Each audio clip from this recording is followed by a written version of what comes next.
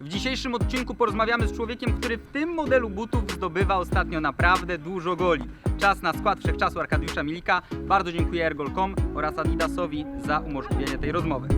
Każdy z nas ma swój skład wszechczasów. Zawodników, których oglądał, którzy sprawiali, że ta pasja do piłki się rodziła. I moje pytanie jest takie, jak wygląda skład wszechczasów Arkadiusza Milika?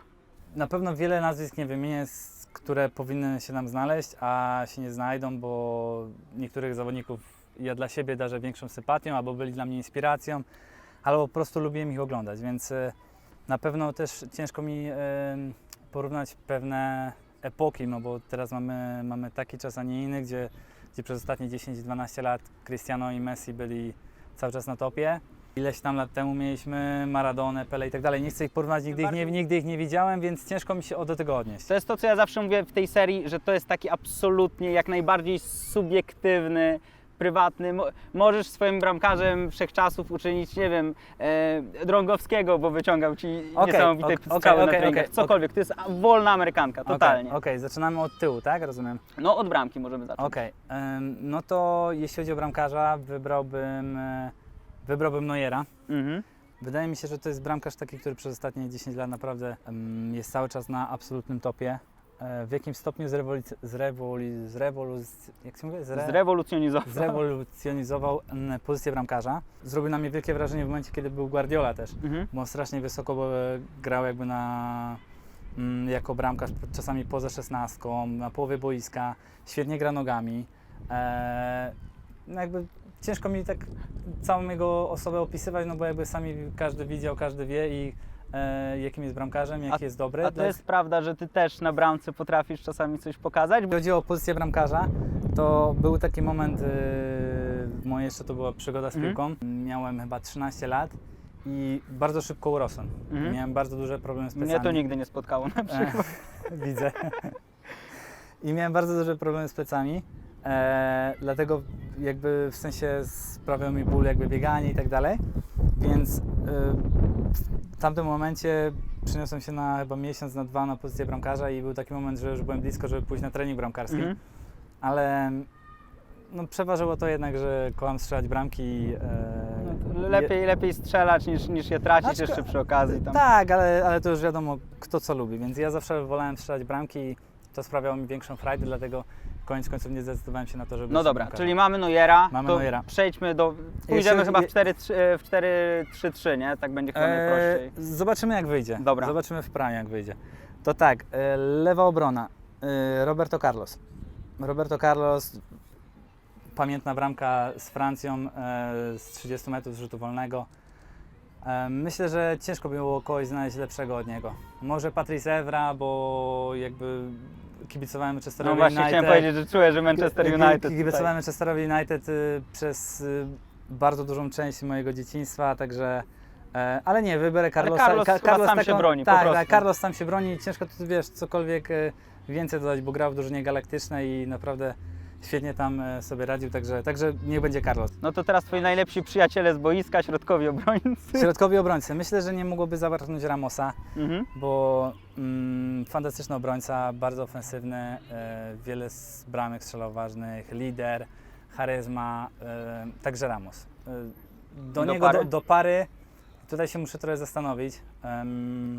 Jeżeli masz jakiś dylemat, możemy zostawić sobie, wrócić do tego potem. Nie, spokojnie. Zastanawiam się tutaj nad czy iść bardzo do tyłu, czy delikatnie do tyłu, czy zostać w czasach teraźniejszych. Mianowicie tak, zastanawiam się Virgil van Dijk w tym momencie, Puyol i Maldini. Są trzy różne epoki, można w cudzysłowie powiedzieć. Z tych trzech, jeśli miałbym wybrać, to bym wybrał, bo najbliżej jest albo Van Dijk, albo Maldini. Wybiorę Maldiniego, bo wydaje mi się, że więcej wygrał, więcej osiągnął w piłce, także... A spotkaliście się kiedyś? Tak, już znaczy, był dyrektorem sportowym? Tak, spotkaliśmy się jak był dyrektorem sportowym, ale jakby nie mieliśmy okazji nigdy porozmawiać. Okej, no to prawa strona nam Dani Alves, chyba jeden z najbardziej utytułowanych prawoobrońców na świecie, znaczy jako piłkarz w ogóle piłkarzy Piłkarzy, tak, dokładnie, to Dani Alves. W środku pola teraz zastanawiam się właśnie... myślałem, że na prawej stronie będzie Cafu, tylko czy polski, czy brazylijski Cafu. Tak, zastanawiam właśnie, szczerze miałem to z tyłu głowy, Cafu, czy dać Cafu, ale nie, myślę, że jednak Dani Alves. Też mi go bliżej jakby, w sensie oglądałem go na co dzień, jak grał w Barcelonie, Mhm. więc jakby to było dla mnie tak bardziej naturalne. Od lewej strony Ronaldinho. Dobra. Ronaldinho. Okej. Ronaldinho, nie może go zabraknąć, bo myślę, że to jest taka, jak widzę tego gościa, to mam taki uśmiech na twarzy, radość z piłki, taka czysta piłka nożna, to jest dla mnie Ronaldinho. No ja muszę powiedzieć, no my jesteśmy, ja jestem 9,5, ty jesteś 9,4, więc Mhm. to jest chyba Ronaldinho to dla naszego pokolenia to jest taki gościu, który najbardziej rozbudza wyobraźnię. Tak, myślę, że to jest niesamowity gość, niesamowita technika. No robił z piłką rzeczy, które mi się mogą tylko śnić, także naprawdę nie mogło go zabraknąć. No ale przede wszystkim to, że on potrafił te magiczne rzeczy jeszcze zamienić w rzeczy użytkowe, nie? No bo są Tak, zawodnicy, którzy tak. założył dziurę, ale ta piłka gdzieś poleci i jest koniec. Racja, zgodzę się w 100%, ale te spotkania na Bernabeu, kiedy jakby cały stadion go oklaskiwał, kiedy schodził i tak dalej, kiedy strzelał bramki, więc no niesamowite momenty na pewno w piłce, miał swoje lata, w których na pewno był najlepszy piłkarzem na świecie. No dobra, to schodzimy do środka, czy przechodzimy E, na prawą stronę? Dobre pytanie. No dobrze, przejdźmy na prawą, bo tak będzie najłatwiej. Mhm. Messi. 7 Okej. złotych piłek, zakończmy. Środek pola. No i tu mam troszeczkę dylemat, bo powiem tak, nie może zabraknąć Zidana. Rozumiem. Nie może zabraknąć Zidana, no bo fantastyczny piłkarz. Pamiętam bardzo dobrze jego bramkę z Leverkusen, bodajże Bayern Leverkusen w finale Ligi Ten Mistrzów z wolej, woleja nie? po asyście Roberto Carlosa. Fantastyczna bramka. To jest chyba jeden z takich, nie wiem, jakby ktoś robił top 5 goli w historii futbolu, to musi Tak. tam być po prostu. Tak. Myślę, że tak. Kolejna na pewno taka bramka, która też mi gdzieś tam została w pamięci, to właśnie rzut karny w finale Mistrzostw Świata, kiedy zrobił wcinkę. Myślę, że naprawdę trzeba mieć mocną psychikę i za przeproszeniem... No, trzeba mieć wielkie jaja, no to się nie da inaczej tego Wielkie określić. jaja, nie? dokładnie, To- żeby zrobić wcinkę w finale Mistrzostw Świata. No i teraz się zastanawiam.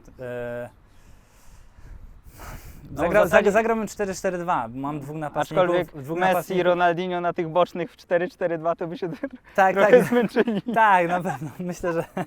Myślę, że jak usłyszę tą dwójkę napastników, to myślę, że ta czwórka by w ogóle nie wracała. Ale wiadomo, że to jest taka jedenastka wszechczasów, na które nie patrzymy, nie zwracamy zupełnie uwagi na to, kto ma bronić, kto ma atakować, tylko po prostu wymieniamy jak najlepszy piłkarze. Jasne, Więc jasne. do pary do Zidana. Tutaj mam dylemat, więc zostańmy na tym chwilkę, dobrze? Przejdę do Dobrze. przodu. Z przodu będzie Ronaldo i Thierry Henry zakładam. Dokładnie. Ronaldo i Thierry Henry, a dlaczego tak? Bo no jednak to były takie moje inspiracje. Thierry Henry, jak zacząłem grać w piłkę, miałem 5, no jak pamiętam, tak 5, zacząłem coś tam kopać, może 4, ale tego już nie pamiętam. 6 lat jak zacząłem grać, trenować w klubie piłkarskim Rozwój Katowice, no to była taka moja inspiracja. On wtedy jeszcze w tym momencie, jak dobrze pamiętam, miał końcowe lata właśnie w Arsenalu. To był jego taki koniec ery. Thierry z Henry to Arsenalu. jest moment w tej serii, kiedy bez wstydu raz się mogę przyznać, że jestem kibicem Arsenalu, bo tak to zawsze siedzę cicho, ale jak ktoś mówi o Thierry Henrym, to mogę z dumą powiedzieć, że kibicuję. Tak. Myślę, że to była taka postać, która naprawdę zainspirowała mnie do wiele rzeczy. Nawet sam pamiętam, jak wychodziłem na boisku właśnie na dwór, jak chłopaki z tego TikToka zacząłem się śmiać, tak. U mnie też się wychodzi na dwór. Na podwórko czy na pole? Na dwór. No i jakby starałem się gdzieś tam powtórzyć jego rzeczy, jego triki, jego strzały. Zrobił na mnie ogromne wrażenie, dlatego jakby bardzo go polubiłem od razu. Miałem też niedawno okazję i przyjemność poznać go, zrobić sobie z nim zdjęcie, także bardzo mi o to wspominam i to jest taki wyjątkowy dla mnie moment. Jeśli chodzi o Cristiana, no to później był taki moment, kiedy Henry odszedł do Barcelony, zaczął grać na skrzydle i jakby troszeczkę inaczej. Zaczął mi się bardziej podobać Cristiano. I zacząłem troszeczkę większą uwagę na niego zwracać. Podoba mi się w tamtym momencie też taki moment, kiedy on zaczął się rozwijać i było to tak bardzo widoczne, jak się rozwijał z roku na rok, jak stawał się lepszym piłkarzem, jak jego statystyki się robiły lepsze, o ile więcej bramek strzelał, o ile więcej asyst miał, jaki wpływ miał na drużynę. A jesteś piłkarzem, który bardzo dużo przywiązuje uwagę do przygotowania fizycznego, do tego, co je. No to widać wpływy też właśnie Ronaldo ale patrzyłeś może na jakieś konkretne rzeczy od Cristiano, które zaimplementowałeś u siebie? Znaczy ja jak byłem właśnie dzieciakiem, to między gdzieś tam 13 a 17 rokiem życia ja nie byłem jeszcze napastnikiem, w takim sensie, że grałem na skrzydle. Więc on był jakby dla mnie dużą inspiracją, więc często starałem się gdzieś tam powtarzać jego triki. Wiadomo, że w juniorach wyglądało to zawsze trochę inaczej. Później jak przyszedłem do seniorów, troszeczkę zderzyłem się z rzeczywistością i nie było pewne rzeczy tak łatwo jak w juniorach, więc pewne rzeczy nie można było powtarzać. Też ta piłka, przygotowanie fizyczne jeszcze jako 17-latek, kiedy wchodziłem do seniorów, nie byłem gotowy na to, żeby powtarzać te wszystkie rzeczy. No i w tamtym I czasie też granie piętą albo coś jak Ronaldo. I To... granie piętą jak Ronaldo przy Michale Pazanie na prawej obronie było ciężkie, nie? Bo pamiętam pierwsze treningi w Górniku. Także no, było tak, a nie inaczej. Jak widzimy, w tym momencie jest tak, że Cristiano bardziej gra na szpicy aniżeli na lewej stronie, ale wynika to z tego bardziej, że zrobił No już się... wiek zrobił swoje. Dokładnie, wiek zrobił swoje i ząb czasu jednak nikogo nie oszczędza. No to teraz czas na tego ostatniego zawodnika, którego zostawiliśmy to miejsce na środku pomocy, koło Zizu. Kto tam będzie wiązał środek pola? Muszę się chwilę zastanowić. Mam pierwszego takiego, który mi się tak rzuca, to Modric, drugi Makelele.